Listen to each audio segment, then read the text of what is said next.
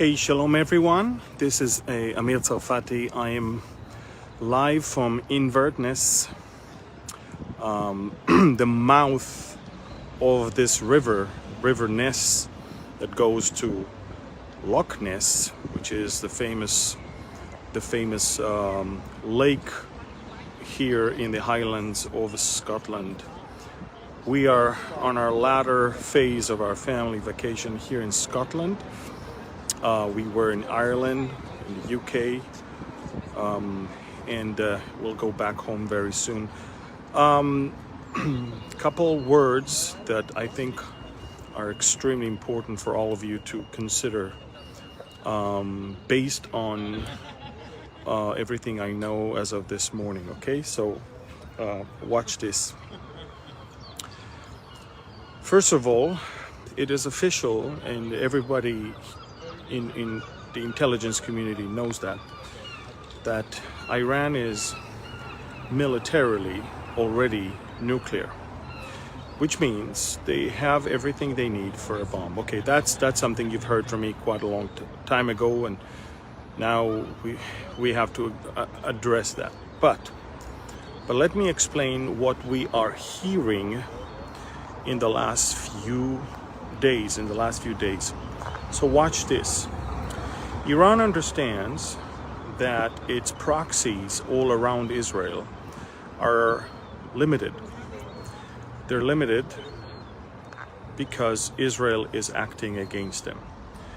From the north, it's Lebanon and Syria. From the east, it is Iraq and Iran. And from the south, it is Gaza and it is Yemen.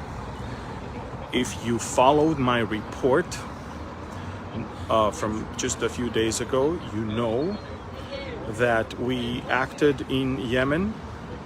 But if you follow all of my report, you know that we've been acting not only there.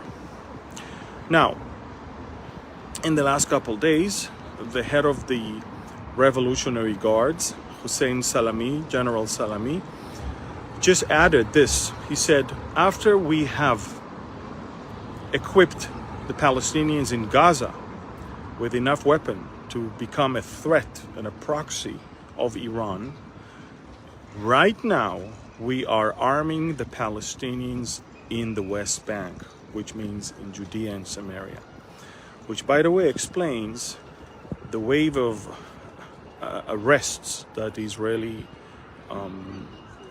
Secret Service and IDF are doing in the last couple 2-3 months. Almost every night we are arresting terror infrastructure all across Judea and Samaria.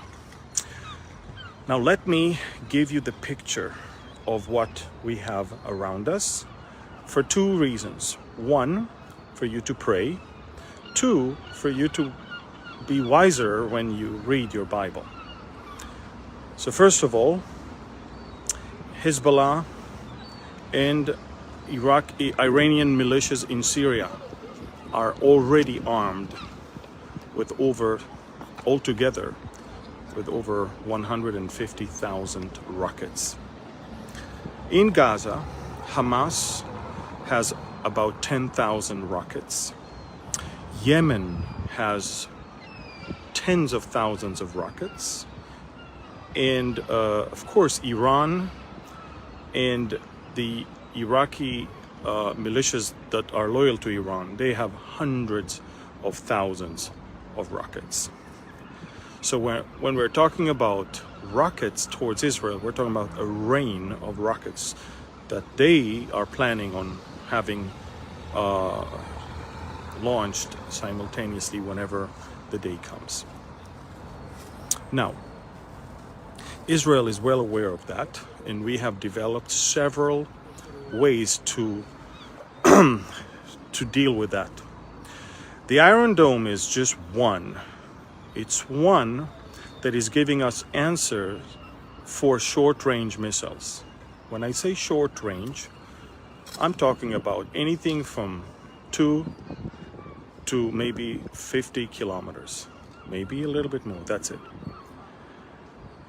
The rockets that's supposed to fly from Iran or Iraq or Yemen are ballistic rockets. They fly much higher, and they are much bigger with a bigger engine also, and they can be detected much earlier and destroyed in the atmosphere already before even reaching our territory. For that, Israel developed several other layers of defense, missile defense systems. Israel is in its final stage right now of developing a laser system, laser beam, that will be mounted not only on vehicles that will shoot it upwards, but also on airplanes that will shoot it straight forward.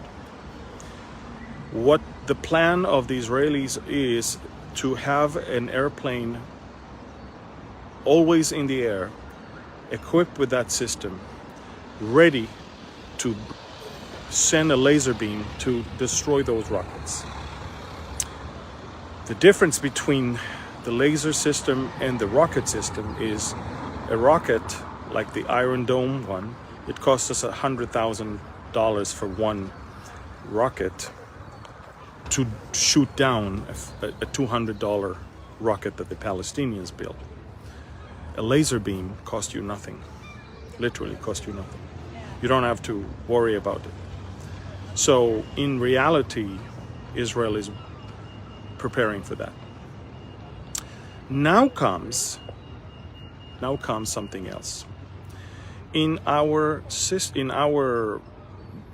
reality today, one of the biggest allies of Iran is Russia. Russia is now a customer of Iran. Russia is buying from Iran drones. Iran is training the Russians how to operate the drones. And Russia is now fully committed to standing on the side of Iran. Add to that the fact that Europe is desperately in need for other sources of energy because of the Russian-Ukrainian problem. And therefore, Europe is desperately wanting to sign a deal with Iran. On the way, Europe is willing to accept Iran as nuclear. Europe is willing not to include the Revolutionary Guards as a terror organization, not to even talk about that. And Europe is ready to basically accept all the demands of Iran. Iran demands sanctions being lifted, money to be flowed, and their pockets to be filled with trillions of dollars. America, listen to this, America is about to agree. All the signs are showing us that America is about to return to the nuclear deal with Iran. This one is a 50,000 times worse than the one before. If America thought that it was a bad deal before and walked away from it, this is a much worse one. And if an administration is walking towards it, it's a committing suicide basically for America. Now, how do we deal with these type of news? We have two options. One option is to start having anxiety and fear, not sleeping well, and worrying. The other one is this. You need to ask yourself, okay, if that type of war is around the corner, and if the rise of the Antichrist will bring temporary peace to that part of the world as a result of that war, you can imagine how close we are to the rapture of the church. And that's supposed to give the believer two things. A call for sanctification, and B, a call for urgency to reach out to the lost. So sanctification for your own life, reaching out to the lost is for the others all around you. We should not be at any point even slightly surprised at these news. I've been reporting news for the longest time, never with any hint that there will be wonderful peace in the Middle East. If anything, what we've been talking about forever is a war that is looming, not a peace. There will be fake peace that will be introduced by a fake Messiah, but nothing more than that. So, these type of news should cause you to be on your knees to pray. But more so, let me fix the, excuse me,